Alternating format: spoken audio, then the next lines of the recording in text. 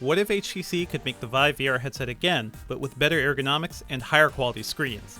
That's basically the Vive Pro.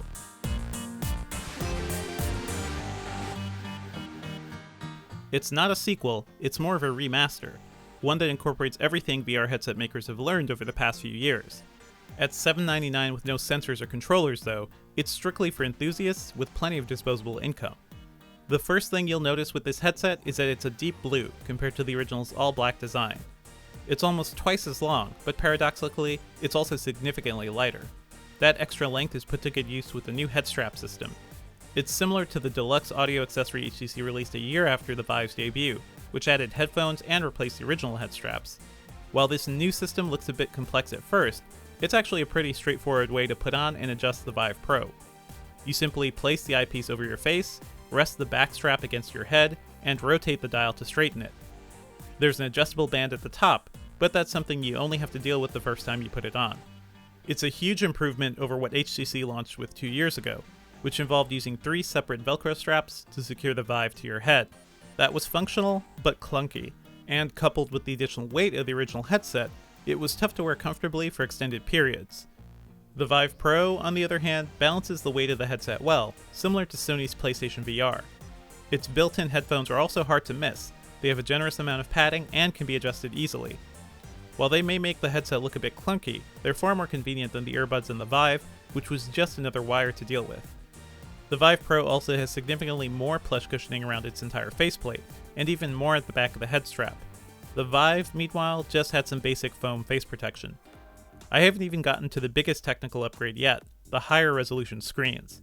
The Vive Pro's OLED displays run at 1440 by 1600 pixels per eye. That's 78% more pixels over the original Vive. It keeps the same 110-degree field of view though.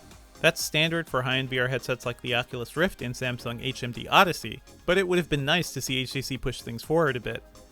The Vive Pro is currently being sold as a standalone headset, so you'll have to buy 2 of HTC's Lighthouse sensors and VR controllers separately. If you've already got that equipment, then setting up the Vive Pro is as simple as connecting its breakout box to your computer's USB 3.0 and DisplayPort connections, and then plugging in the headset itself.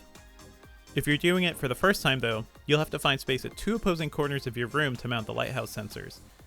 I was able to make do with placing them on my bookshelves, but if you don't have something like that around, you might have to mount the sensors to your walls.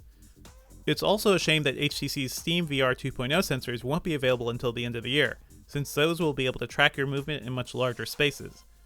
But I suppose that won't be very useful until we see the Vive's wireless adapter, which is coming this summer. The first time I used the Vive Pro, it took me a few minutes to figure out how to adjust its new head strap properly.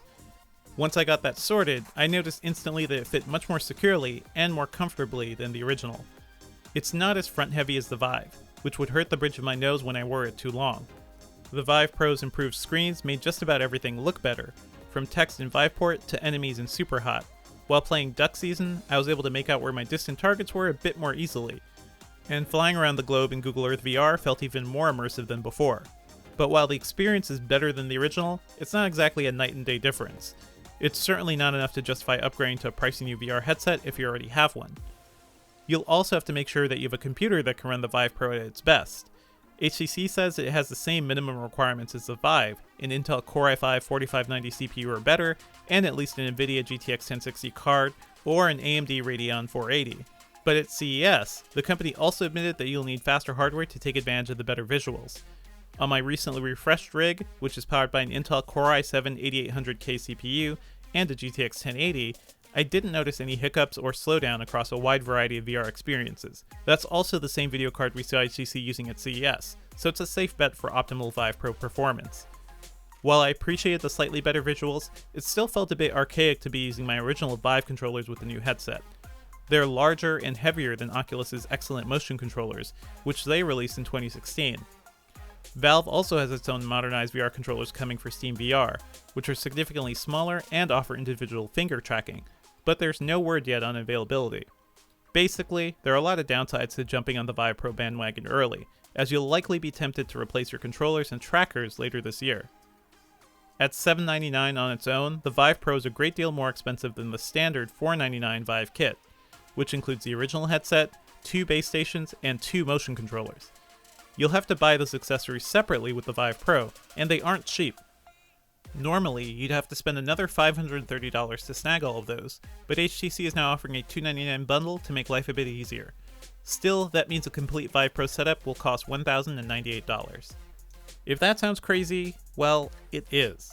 Of course, the Oculus Rift is still a solid competitor too, especially since it's now just $399 with all of its sensors and superior controllers. At that price, the lower resolution doesn't really seem like a huge deal. Windows mixed reality headsets are another option, especially Samsung's $499 HMD Odyssey, which almost matches the Vive Pro's resolution and has great motion controllers. Another plus with mixed reality headsets, they don't require setting up any annoying sensors, and they support Steam VR, giving you access to the same games and apps as the Vive.